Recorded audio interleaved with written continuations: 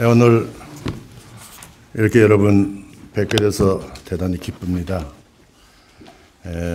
저도 올해 나이가 85이 되다 보니까 제일 나이 드니까 서운한 것이 전화 안 오는 거죠. 전화가 잘 안 옵니다. 근데 여러분 이렇게 불러줘서 오늘 만나서 이렇게 얘기할 수 있는 이 시간 주신 것만 해도 대단히 고맙게 생각합니다. 저는 어린 시절에 1950년에 먼저 월남에 있던 형님들을 만나러 내려가라고 그래서 아버님 명령 받고 제가 50년 유엔군이 평양에 들어오자마자 저는 남쪽에 왔습니다. 왔다가 결국 돌아가지 못하고 군대에 들어갔는데 6.25 기간 동안에 군에서 다행한 것이 학도병들 모집한다고 그래서 대구에서 효성여대 갔더니 거기가 바로 국방부 정국이었습니다. 그때 정국장 여러분 잘 아시는 이선근 박사입니다. 전 이선근 박사가 누군지도 모르고 정국이 뭔지도 모르고 간 건데 입대하고 나니까 병과가 정훈 병과가 돼버렸습니다. 그래서 마산에 내려가서 한 5, 6개월 동안 훈련을 받고 51년에 인천 상륙해서 배치당한 것이 의정부 동두천 일대 그 예비사단 기관요원으로 사병으로 배치를 받아서 시간도 있고 그래서 공부도 하면서 6개월을 겪었습니다. 휴전이 돼서 그때는 윗분 계시는 분들이 다 대학에서 교편을 잡았던가 또는 우리 대학에서 저희보다 훨씬 선배되신 분들이 연대장도 하고 뭐 중대장도 하고 할 때니까 합격하겠습니다 했더니 가라. 그대로 가서 시험 쳐. 그래서 밖에 나와서 54년에 외대를 들어갔습니다. 한 번 등록하는 돈은 있어서 냈는데 그 후에는 누가 돈 대는 사람도 없고 좀 공부를 못하겠구나 하는 반국에 국방부에서 대북 방송을 해달라 하는 요청이 있어서 대북 방송을 한 대여섯 차례 하고 났더니 가만 집자가 와서 저를 타라고 그랬습니다. 왜 이거 타려느냐 그랬더니 치안국 차인데 치안국 특정과에 특별히 자네를 부를 사람이 있으니 가보자. 그때가 지금 울지러 입구에 외환은행 자리가 그때 내무부입니다. 그때 이익흥 씨가 내무장관하고 할 때인데 그래서 갔더니 치안국 특정과 특수정보과 그때는 특수정보과밖에 없었습니다. 육군에 뭐 CIC가 있었지만 특무대가 있었지만은 모든 그 수사는 전부 다 거기서 했는데 들어갔더니 이수영 대사님의 형님, 이수영 대사님 아시겠죠? 불란서에서 세상 도나트 판문점 연락장 단계 단장하셨던 분, 그분의 형님이 이하영 씨인데 이하영 씨가 기다리고 있었습니다. 그러면서 너 방송하는 거 들었는데 이제부터는 무기 가지고 싸우질 않고 말로 이론적으로 싸움을 해야 되겠다. 심리전을 해야 되겠다. 그런데 젊은 아이들 가운데 하나도 공산주의 공부한 놈이 없다. 그러니까 너는 평양에서 고등학교를 나왔으니 우리는 학교에 다닐 때 볼셰비크 공산당사를 다 학교에서 배웠으니까 여기서 공부 안 할래? 그 대신 너 공부할 수 있는 장학금을 주겠다. 웬 떡이냐? 그래서 있기로 했습니다. 그래서 안내해서 내려갔더니 거기에 김창순 선생이 계셨습니다. 우리 북한 연구에 대가인데 또 호우성 씨라고 국민당에서 일했던 분이 계시고 한 5, 6개월 동안 안내해서 들어갔던 장소에 가니까 이보다 한 절반쯤 되는 방인데 산더미 같이 공산당 서적이 있었습니다. 비가 와서 새서 한쪽엔 썩어가고 이건 다 정리를 하라. 그래서 6개월 동안 거기다 침대를 갖다 놓고 자면서 정리를 했습니다. 그러다 보니까 역시 공산주의를 공부해야 되겠구나. 뭐 없는 게 없었습니다. 예를 들면 지리산에서 노획한 공산당 선언서부터 시작해서 뭐 막스, 레닌, 스탈린, 모택동 다 있었습니다. 그래서 한 5, 6개월 후부터 열심히 공부를 했는데 공부를 하다 보니까 우리 OCU라고 기독교 예비역 장교회 회장 무멘들을 만드신 해병대 그 문희석 장군이라고 5.16 때 문교부 장관 하신 분입니다. 그분이 저를 불러서 갔더니 너 공산주의 공부하니까 군사전력 하자. 내가 병법을 하니까 네가 군사전력을 해라. 그려 하려면 군대 다시 들어오라. 그래서 해병대 다시 들어갔습니다. 들어가서 그래서 해병대에서 전략 공부를 하고 있는데 4.19, 5.16이 나서 JP라는 사람이 중앙정보부를 만드니까 뭐 틀림없이 제가 국방대학에서 그때 소위 교육장을 달고 강의를 했기 때문에 증발돼서 거기서 가서 17년 동안이나 근무를 했습니다. 그리고 다행한 것은 대통령께서 박정희 대통령께서 시해당하기 한 5, 6개월 전에 저는 김재규라는 사람과 말다툼을 하고 나와서 어려운 고비를 당하지 않았습니다. 그러다 보니까 대학에서 강의도 하면서 지날 수 있었습니다. 뭐 이것이 제 공산주의 공부하게 된 동기이기 때문에 이런 관점에서 공산주의 문제를 공부할 수 있어서 아마 제 나이 또래 그때 20대에 제 마음대로 보고 싶은 빨간색 보는 건 저밖에 없었지 않을까 그렇게 생각합니다. 근데 가르쳐주는 사람이 없어서 야단 났다 그러는데 56년에 고려대학의 청장도 하셨던 김준엽 선생이 포드 재단이라는 걸 만드는 그런 것이 있었습니다. 그래서 신문에 났더니 편지를 썼더니 당장 오라 그래서 간 것이 바로 종로의 대한청년단 한청 빌딩 사상계사였습니다. 거기 가서 이북에서 오신 여러분들, 양우민 선생, 지명관 선생, 뭐 김정욱 선생, 저는 그때 장전환 선생님께 처음 뵀는데 뭘 하나 꺼내놓고니 저한테 따라줬습니다. 근데 무슨 이거 미국 사이다야 그랬습니다. 미국 사이다. 전 처음 먹어봤습니다. 코카콜라였습니다. 그래서 그 선생님한테 미국 사이다를 얻어먹으면서 그때는 뭐 공부할 사람들이 그 막스 레닌주의 가르치는 사람도 없고 그래서 거기서 공부하기 시작했습니다.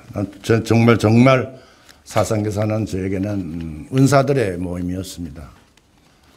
그러다 보니까 철학 공부도 해야 되겠고 뭐도 해야 되겠는데 다행히 그때 김일성대학의 철학 강좌장, 초대 철학 강좌장 하셨던 이동관 선생이 성균관대학에 와 계셨습니다.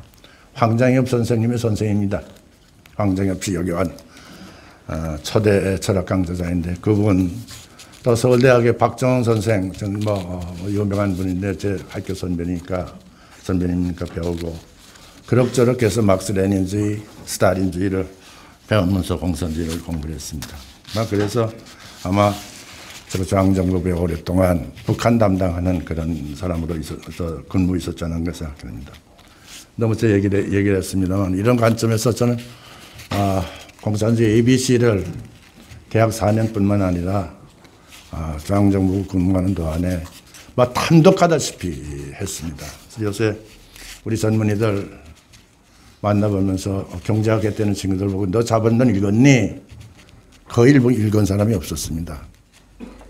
여러분 아신 대로 저는 김대중 정부에 잠깐 있다가 그만두고 곧장 또 교회 가서 13년 동안을 기독교 대학에서 조그만 대학에서 동북아 국제관계론을 강의를 했습니다마는 일본에 가보면 지금도 학생들이 막스 레닌주의를 공부를 합니다.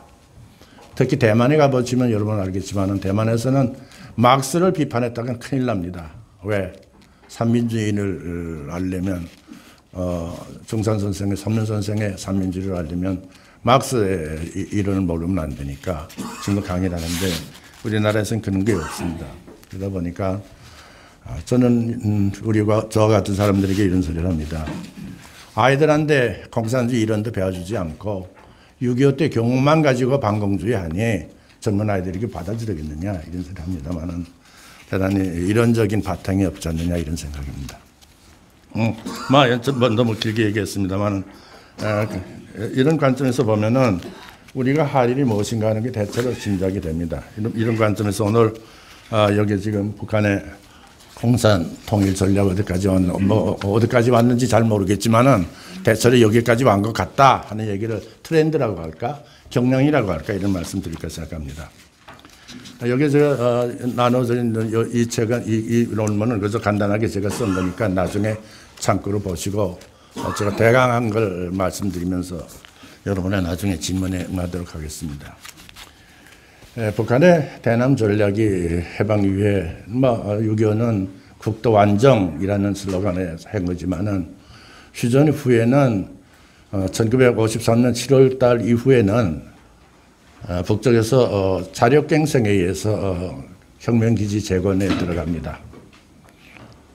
그런데 한 2년 동안은 급한대로 북한의 전후수복 계획을 했는데 그 후에 중공업선 정책을 중심으로 하는 그 이른바 대남 공작기지라고 할까? 이 공작기지 재건에 들어가는데 이게 바로 그때 1956년에 여러분 잘 아시는 소련공산당 20차 당대회가 열립니다. 저는 솔직히 소련공산당 20차 당대회 때문에 공산주의 문제를 더 파고들었는지 모르겠습니다. 그때 프리츠초프가 두 가지 채택을 합니다. 하나는 스탈린 격화운동이고 또 하나는 핵전쟁하에서 미소 간의 공멸, 핵전쟁하면 둘이 다 망하니까 평화공존하자 하는 안을 내겁니다. 이 문제를 가지고 중소 간의 이데올로기 분쟁이 시작됩니다. 바로 이때 김일성이가 두 번째 동유럽 소련을 방문해서 중공급이 필요한 지원을 요청하는데 그렇다면 김일성이가 그때 소련 측에 좀 말을 들었어야 되는데 1955년에 12월 달에 주체라는 말을 씁니다. 나중에 저희들이 평양에 갔을 때 김일성이가 만났더니 왜 우리가 남의 의자 둘을 가운데 앉느냐 중공 의자 소련 의자 왜 가운데 앉느냐 우리는 우리 의자에 앉으려고 생각했습니다. 그런 소리를 했습니다만은 그러다 보니까 양쪽에서 지원이 제대로 올 리가 없습니다. 그런 가운데 1958년에 사회주의 개조 사업이라고 해서 집단 농장을 하면서 소위 사회주의 경제 체제로 넘어가게 됩니다. 그러니까 지원이 제대로 될 리가 없죠. 그런 가운데 이 북한의 기지를 재건하다 보니까 흔히 얘기하는 자력갱생적인 자강주의로 갈 수밖에 없었습니다. 여러분 잘 아신 대로 중국과 모택동과 프리츠초프 소련공산당 간에는 9번의 논쟁이 벌어집니다. 9번의 논쟁을 쭉 읽어보면 느끼지만은 전부 다 이데올로기 논쟁뿐만 아니라 마지막에는 국가와 국가 간의 이익을 중심에 놓고 싸움하는 그런 형상이 나옵니다. 그러다 보니까 김일성의 후견 세력이라고 할 수 있는 중소 둘이 싸우다 보니까 김일성의 입장이 대단히 곤란하게 됐습니다. 1960년에 들어오면은 여러분 잘 아시는 모스크바에서 81개국 공산당 성명을 발표하는데 이 81개국 공산당 성명 그 속에 개발도상국가에서의 공산주의 혁명을 어떻게 할 것인가. 그래서 내놓는 것이 흔히 얘기하는 민족적 민주주의 혁명입니다. 제가 이전을 왜 말씀드리는 거 아니 5.16 이후에 이제 공화당이라는 걸 만들게 되는데 그때 김정필 씨가 나와서 공화당을 만들게 되는데 전 그때 중앙정부의 북한 담당이었습니다. 하루는 문서를 가져왔습니다. 보니까 공화당의 강령 속에 우리는 민족적 민주주의를 지향한다. 이런 얘기가 들어있었습니다. 깜짝 놀랐습니다. 그래서 그 자리에서 제 보고서를 써서 윗분한테 올리면서 그때는 JP라면 다 밖에 나가서 공화당 만든다고 할 때입니다. 그랬더니 공화당 만드는데 갔던 석전서 씨라고 우리 제 국제정보국장을 한 분이 전부 다 맡아서 뭐 평사범대학 사범학교 출신입니다만은 8기생인데 일어신문사 창설자입니다. 워카일창 만드는 사람이고 해외개발공사 만드는 사람인데 제 국장을 했기 때문에 불러서 갔습니다. 그때 세브란스 건물이 그대로 있을 때입니다. 갔더니 이건 뭐이가 그래서 아니 도대체 민주공화당을 만든다고 하면서 어떻게 공산당이 내걸은 용을 씁니까? 씁니다. 이게 무슨 소리야? 그래요. 그래서 누가 이따 용을 쓰라고 그랬습니까? 그랬더니 제가 누구라고 얘기하면 금방 여러분 알 겁니다. 세상 떠났습니다만은 이분이 보냈다고 그래요. 그래서 내가 81개월 공산당 성명서 원문을 걸었습니다. 개발도상국가에 있어서의 공산주의 혁명의 이론, 반제, 반봉건, 민주주의 혁명, 이 논리가 바로 81구 공산당 성명에서 개발도상국가의 공산주의 혁명의 인민민주주의 전 단계입니다. 이걸 하자는 건데 이걸 어떻게 공산당이 내옵니까? 얘기를 했습니다. 나중에 알고 보니까, 나중에 발표한 걸 보니까, 그땐 초안 만들 때니까, 뭡니까, 한국적 민주주의라고 할까? 뭐 그런 대로 바꾼 걸 보고 다행이라고 생각했습니다만은 그런 식으로 북쪽에서 대남 공작을 시작하게 됩니다. 제일 문제되는 것은 60년대에 제일 문제되는 것은 자 자력갱생으로 공산주의 혁명을 하자면 뭘 필요하냐? 북한의 군사기지를 재건하는 것밖에 없습니다. 그러니까 이걸 하자면 여러분 잘 아시는 4대 군사로선 전 지역의 인민 무장과 지역 요새와 인민군의 현대와 간부와 이 4대 군사 노선뿐만 아니라 세 가지 혁명 전략. 하나는 북한의 기지 강화, 두 번째로 대남 혁명 역량의 강화, 셋째로는 국제공산주의 혁명 역량의 연대 강화. 이 세 가지 흔히 이거는 3대 혁명 역량을 강화하는 이 조치로 나갈 수밖에 없습니다. 그런데 가장 문제됐던 것은 경제 건설입니다. 1972년에 우리가 남북대화하러 가서 김일성이와 만나서 밥을 먹게 됐습니다. 뭐 이미 다 고인이 됐습니다만 유락부장도 고인이 됐고 장기영 부총리, 최규하 저 특보, 제 동료였던 정홍진 국장 다 세상 떠나고 저 혼자만 남았습니다만은 그때 저 문서에 다 있기 때문에 나중에 여러분 보시면 알 겁니다만 김일성이가 이런 소리를 했습니다. 프리츠프가 와서 우리 보고 코메콘 동유럽 국가의 경제협력기구 여기에 가입하라고 그랬습니다. 그래서 안 들어가겠다고 그랬습니다. 왜 안 들어가겠다고 그랬느냐 하면 너희들은 대학생이고 우리는 소학생인데 너희하고 경제협력해서 우리가 살아남겠느냐. 너희들이 집요하게 들어갈 수밖에 없다. 그래서 나 안 들어가겠다고 그랬습니다. 그러면서 하는 소리가 팔아먹는 것은 비싸게 팔고 우리 거 사갈 때는 싸게 사가겠다고 그랬습니다. 저는 그때 공산주의 국가도 마찬가지구나. 그렇지 않아도 여러분 1945년 9월 2일 날 스탈린의 그 대일 전쟁 승리 보고서를 보면은 볼셰비크 혁명을 했다면 공산주의식으로 문서가 만들어져야 되는데 그렇게 안 돼 있죠. 1904년 노일 전쟁 때 그 취업 이것을 갚게 됐다 이런 소리가 나오죠. 그래서 난 그때 공산주의 국가에도 이런 것이었구나 이걸 생각했는데 그러다 보니까 자력갱선을 갈 수밖에 없었습니다. 거기다가 1960년대에 여러분 잘 아는 문화혁명이 일어납니다.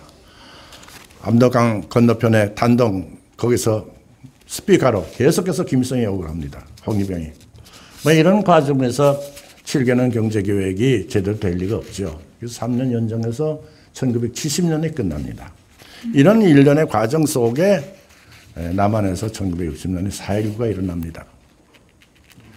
60년 4.19가 일어났는데 그때 이제 오늘입니다만은 문서를 보면은 이런 소리가 나옵니다. 나는 그때 함흥에서 현지 지도하고 있었는데 깜깜소식이었다. 남한에서 4.19가 일어난 것도 난 몰랐다. 그래서 뭐 다 저 현지 지도 중단하고서 올라왔다.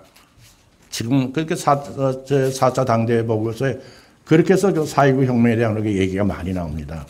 그 좋은 기회를 놓쳤다. 이 좋은 기회를 다시 만들어야 되겠는데 그것은 지하당 만드는 것밖에 없다. 그래서 만들어지는 것이 통일혁명당이라는 것입니다. 통일혁명당은 김일성이 전력을 다해서 만들었습니다. 1972년 차우스스크가 루마니아 대통령이 평양에 왔을 때 이번에 루마니아 분괴된 다음에 비밀문서에 나왔습니다만은 거기 보면 차우스스크 루마니아 대통령이 묻습니다. 왜 72년에 남북대화를 했습니까? 그 물으니까 김일성이 통일혁명당을 보호하기 위해서 했습니다. 이런 말이 나옵니다.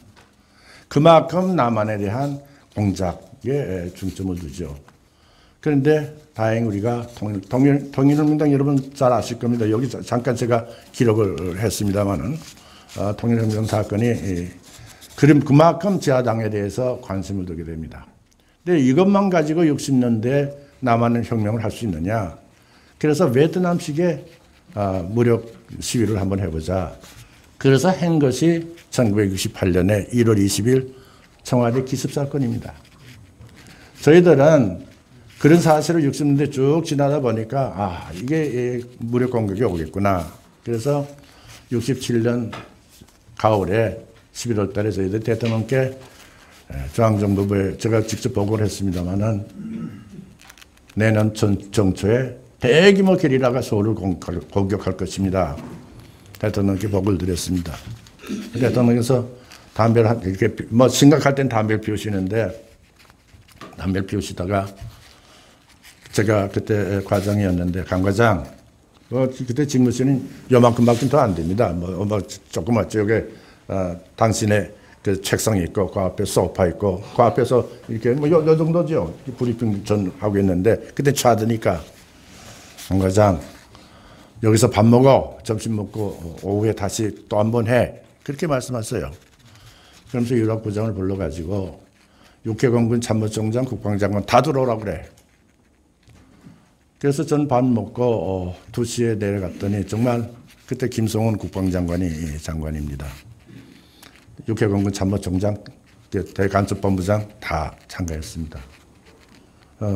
아까 오전에 10시부터 제가 12시까지 보고를 드렸으니까 다시 한번 해서 2시간 동안 2시부터 다시 보고를 했더니 그 자리에서 이건 대간첩 작전이 아니고 게리라 전쟁이니까 중앙정보부의 대간첩 작전 통제권을 국방부로 넘겨라.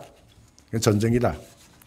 그래서 국방부가 책임을 지고 1968년에 대남 무력 침략을 게리라 침투를 막기 위한 그런 준비를 했습니다. 결국은 1968년 1월 달에 1월 18일에 대규모 게리라가 들어왔다는 소리 듣고 뛰어나갔습니다만은 결국 우리 세검정 지나서 청와대까지 들어와서 종로경찰서장이 희생되는 그런 사건이 일어납니다. 다시 말씀드리면 60년대 기간 동안은 1956년에 소련 공산당 20차 당대회 결과 중서 간의 이데올로기 분쟁이 일어나고 후방 세력으로부터 후방 두 국가로부터 만족할 만한 경제 지원을 얻지 못하다 보니까 자력 갱생 방법에 의해서 북한을 기지화하는 그런 가운데서 전개된 것이 대남 공작에 있어서 두 가지 사건, 하나는 통일혁명당이라는 지하당 만드는 것이었고 하나는 무력에 대한 그것은 서울만 공격한 것이 아니고 가을에 다시 울진 삼척에 120명이 들어와서 게리라 근거지를 만든다고 했던 거 우리가 막았습니다만 그런 사태가 60년대에 일어납니다. 그 후에 세계 정세가 변하기 시작합니다. 여러분 아시는 대로 우리 월남에 파견했던 우리 군을 다시 철수시키게 되고 그 전에 니슨 독트린이 발표된 거. 저는 1969년에 니슨 독트린이 발표될 때 깜짝 놀랐습니다. 큰일 났구나. 그래서 저희들 중앙정보부의 분석팀들은 니슨 독트린에 대해서 굉장히 깊이 스터디를 했습니다. 그래서 심지어 이렇게 얘기를 했습니다. 이거는 니슨이라는 사람이 여러분 아시는 대로 미국의 공화당 정권이 들어설 때 우리나라의 여러 가지 전쟁 문제와 군사 문제 변화가 왔습니다. 1953년에 휴전 때도 아이젠하워 대통령 된 다음에 되는 것이고, 이게 닉슨 닥터린이 됐으니까 아마 월남전은 끝날 것 같습니다. 명예로운 후퇴가 할 텐데, 이렇게 되면 틀림없이 우리 월남에 나가 있는 우리 군 철수해야 될 것이고, 우리 군을 철수하게 되면 필연적으로 여기에 2개 사단 가운데 1개 사단이 철수하자고 할 것입니다. 따라서 1개 사단 철수한 데 대한 대책을 우리가 세워야 되지 않습니까? 이런 말씀 드렸습니다.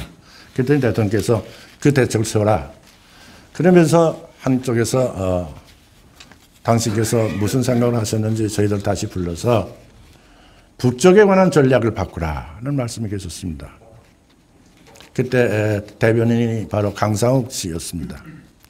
강상욱 씨가 저를 불러서 갔더니 70년입니다만은 69년에 닉슨 독트린, 그 지난 70년에 7월 달에 7월 말쯤 됩니다. 그래서 갔더니 집에서 맥주 한잔 하자, 저녁이나 하자고 그래서 사실은 갔는데, 그 윤석헌 그때 외무차관님도 오시고, 그래서 앉아서들, 그때 미국 전문가 서울대학의 손재숙 교수도 왔고, 또 한국일보의 박동원 선생도 오셨고, 그래서 같이들, 그래서 프리하게 세상 돌아가는 얘기, 국제정세를 얘기했습니다.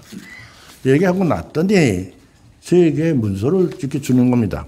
그때는 통행금지 시간이 있으니까, 마음대로 될 수가 없는, 제 차만은 국장차였으니까 야간 통행 문제가 없으니까, 정용무차니까. 그걸 그때는 해서 그걸 받았더니, 이게 뭡니까? 그랬더니 대통령께 8.15 때 연설문을 보냈는데, 좀 부족하대. 자네가 오늘 얘기한 거 이거 다 이제 종합해가지고, 그날이 토요일입니다. 내일 아침까지 좀 만들어서 날 안 줄래? 줄래? 그래요. 아니, 이건 내가 왜 합니까? 그랬더니, 아니야, 이거 다 됐으니까 자네가 좀 보고 고칠 거 있으면 고쳐. 마음대로 해. 그래서 그걸 받아가지고 나오는데, 통행금지 시간이니까 어떡할 도리가 없어서, 박동원 선생 갈 길이 없죠. 손재숙 교수 갈 길이 없고. 그러니까 부득을 내가 모셔다 드려야 되겠는데, 이것도 있고 그래서 전 나중에 자문도 구해야 되겠다 싶어서, 선생님, 오늘 저 같이 주무시죠? 그랬습니다. 그러니까, 그래? 그때 반도 호텔이 있었습니다. 지금 반도 호텔에 제 방이 있었기 때문에 그 반도 호텔에 모시고 갔더니 방이 있어요. 비었더라니 거기에 저 선생님들 모시고 들어가고 샤워를 한 다음에 그 문서를 꺼내봤더니 대단히 훌륭한 연설문이었습니다. 대단히 저에게는 만족스러운 것이었습니다. 특히 제게 만족스럽게 느낀 것은 북쪽에 대해서 누가 국민을 더 잘 살게 할 수 있는가 경쟁마당에 나오라. 이런 그 요지였습니다. 근데 거기에 이제 당신께서 얘기하신 것은 남북 간의 교류 협력 문제를 어떻게 할 것인가. 이런 거 한번 제의하면 어떤가. 그래서 얘기한 겁니다. 그래서 그걸 읽어보고 밤새껏 혼자서 고치고 해서 새벽 7시에 다시 고쳐가지고 10시에 그 문서를 드렸습니다. 거긴 제가 남북 간의 교류 문제, 스포츠, 적십자회담 문제 이런 여러 가지를 넣었습니다. 그래서 그 대통령께 보여줬는데 갑자기 8월 7, 8일 한 며칠 앞두고 그때는 김계원 씨가 중앙정부부장 할 때입니다. 청와대에서 급하게 오라고 그래요. 그래서 난 웃도리도 못 입고 그 티셔츠 바람으로 갔습니다. 갔더니 대통령실에 쭉 앉아 있는데 거기에 뭡니까 이호 법무부 장관, 신직수 대검 총장, 이종원 대검 공안부장, 공안검사, 검사 한 서너 명하고 검사장 이호 장관 다 들어섰어요. 그 이쪽엔 김영선 씨가 통일부 장관이고, 그 다음에 이제 강상우 씨가 대변인이니까 대통령께서 앉아서 그때는 비서실장님이 정겸 비서실장이었습니다. 앉아서 토의하는데 느닷없이 이호 법무장관이 그러는 겁니다. 카카, 이건 통치권 위반입니다. 난 대통령 앞에서 그렇게 얘기하는 건 처음 들었습니다. 그 경상도 사투리로 카카, 이건 통치권, 이건 좀 넘어서는 겁니다. 이거 안 됩니다. 하는 게 얘기합니다. 그러니까 나중에 뭐 장관 됐습니다만 이정원 장관이 그때 대검검사인데 논골하는 겁니다. 하나하나 막 거짓는 겁니다. 대단히 쭉 듣고 있더니 그 교류하자는 겁니다. 남북 간에 교류하자는 거. 그래? 다시 다들 나가서 다시 한번 조정회의지 들어와. 그 다들 나갔습니다. 나서 비서실에서 앉아서 얘기를 하는데 그 조정될 리가 없죠.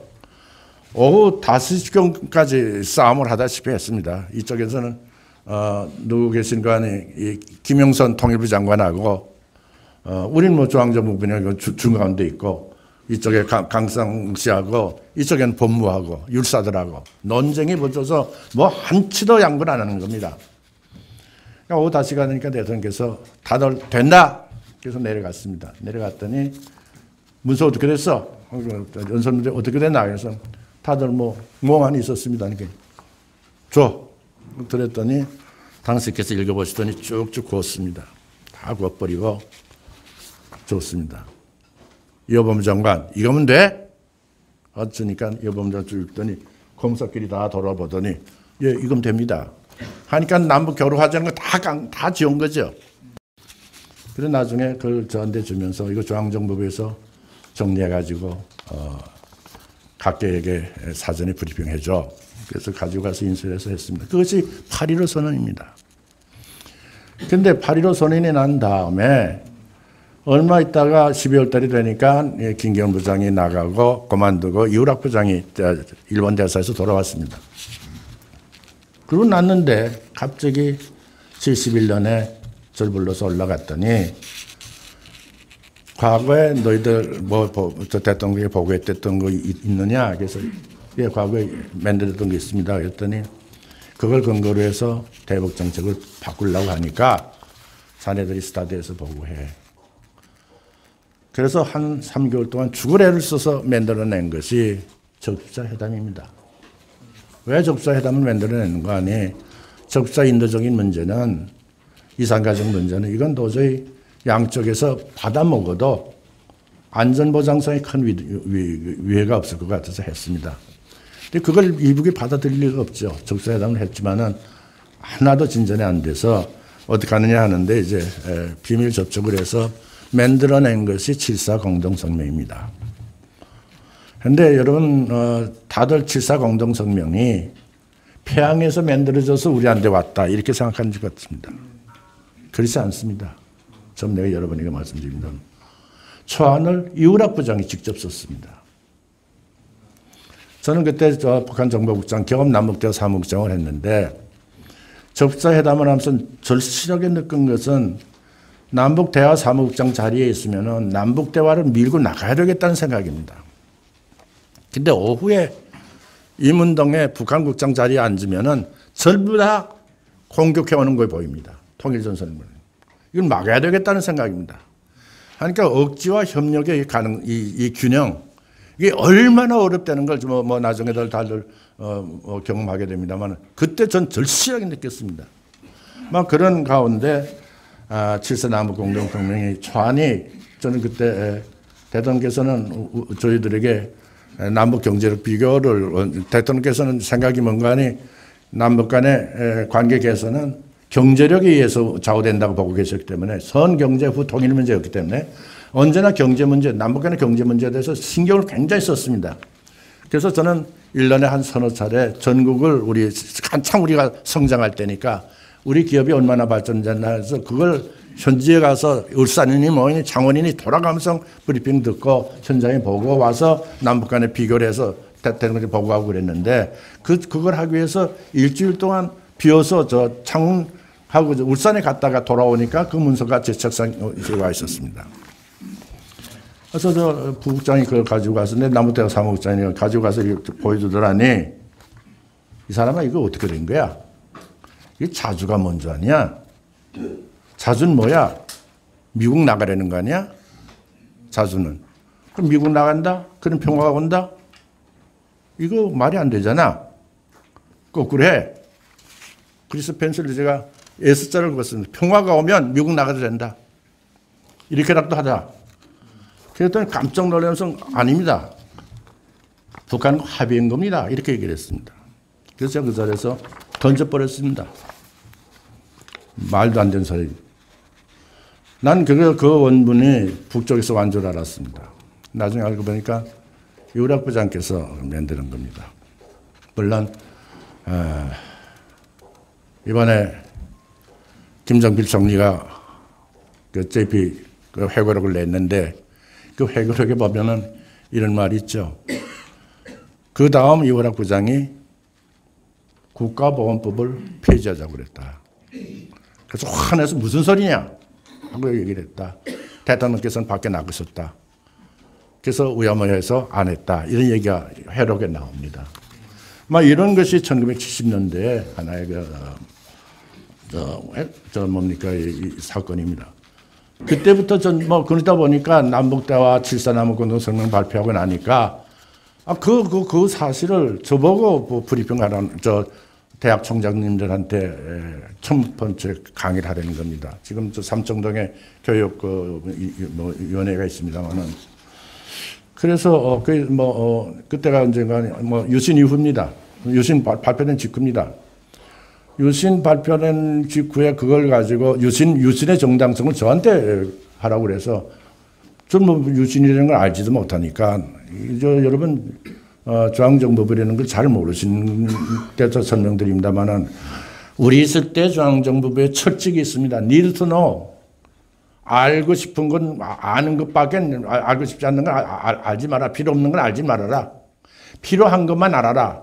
그러니까 국내팀 하는 거 우리는 전혀 모릅니다. 그러니까 난 유신의 유자도 모릅니다. 근데 절더러 유신 하라고 해서 유신이 도대체 뭐야?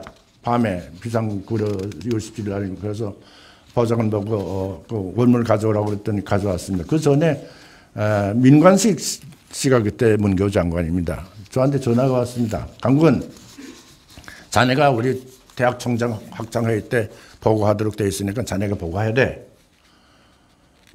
아니 내가 유신 알지도 못하는데 나보고 왜 보고하랍니까? 아 그래? 부장 아무 소리 없어? 없습니다. 그리고 끊었는데 부장께서 내가 보고해야 된다고 그래요. 그래서 그때 비로소 문서를 봐야 되겠다 그래서 유신 그 성명문 초안을 발표하기 전 우리한테 오지 않았는데 봤더니 전부 북한 문제입니다. 남북 대화를 하려니까 유신해야 되겠다. 일로 올래요. 그러니까 제가 보고할 수밖에 없죠. 북한 국자니까. 자, 이걸 어떻게 보고를 할 수 있나. 죽을 애를 쓰고 혼자서 생각을 했습니다. 한 이틀 후에 10월 21일 같이 생각되는데 그날 그 교육위원회에서 보고를 하게 돼서 갔더니 대학 총장님들이 다 앉아 와 계셨습니다. 그래서 제가 고등학교 학생이 시골 학생이 서울 유학 왔다가 청계천에서 마포까지 자동차가 이 전차가 댕깁니다. 이런 소리를 이런 기분으로 말씀드리겠습니다. 그래서 북한 문제를 가지고 잠깐 얘기를 했습니다. 제가 얼마나 긴장했는지 박수 치는 걸 몰랐습니다. 듣지 못했어요. 어른들께서도. 근데 끝나고 나니까 가든 파티를 하는데 어른들이 이제 대학 총장님들이 있고 한심석 총장, 김영준 총장 다 오셨습니다. 박수림 총장 다 이식이 나오시는데 제가 앉아 있는데 여기 이제 민관식 선생이 이제 문교부 장관이니까 서 있고 그래서 이제 좀 오는데 김영준 총장께서 한행정 조장께서 강군 자네 우리가 왜 박수 친 줄 알아? 그래요. 그래서 저 박수를 못 들었으니까 못 들었습니다. 그랬습니다. 그러니까 하시는 말씀이 여기에 저 대학국장도 있고 기획실장도 다 있는데 이 사람들이 우리 대학 총장들을 발가락에 때만큼도 아는 줄 알아? 근데 자네는 처음부터 끝까지 스승님이라는 말만 썼어. 고마워서 자네한테 박수 쳤어. 그런 농담을 그때 들었습니다. 그래서 유신으로 가게 됩니다. 그러니까 유신이 될 리가 없죠. 그래가지고 이제 유신 문제 때문에 여러 가지 이제 사건이 나기 시작하죠. 그 대표적인 것이 여러분 잘 아시는 민청항문 사건이죠. 많은 학생들이 체포되고 됐습니다. 종로에서 데모하기 위해서 세만한 교회에다가 문서를 가지고 가서 뿌리고 가는데 그때 김재규 씨가 바로 중앙정보부의 차장이었습니다. 국내 차장. 이걸 어떻게 처리하느냐? 난 뭐 우린 관계가 없으니까 그거 저 국내 문제니까. 뭐 그런 문제 나면은 우리 한가합니다. 이쪽은. 근데 저를 불러서 갔더니 그 뭡니까 이 조사하는 수사관들에게 교육을 하라. 그래서 제가 교육한 것이 이제는 우리나라 근대화되다 보니까 흔히 북한에서 얘기하는 프롤레타리아트가 남한에서 생길 수 있는 상태가 왔다. 따라서 우리가 한국 공산주의 운동과 한국 노동운동, 원산 제네스트부터 시작해서 이것과 연결시켜서 새로운 노동운동에 대한 교육을 할 때가 오지 않았느냐 이런 보고서를 썼습니다. 지금도 갖고 있습니다만은 그 보고서를 썼는데 그걸 보고서 신직 부장께서 강의를 하라고 해서 뭐 했는데 결국은 7, 8명만 내놓고 다 석방시키는 그런 사건이 났는데 뭐 그것을 끝나지 않고 뭐 여러분 잘 아시는 유신 긴급조치 9호까지 가게 되죠. 그렇게 되니까 우리 남한 사회에 엄청난 문제가 일어나죠. 이걸 김일성이가 놓칠 리가 없죠.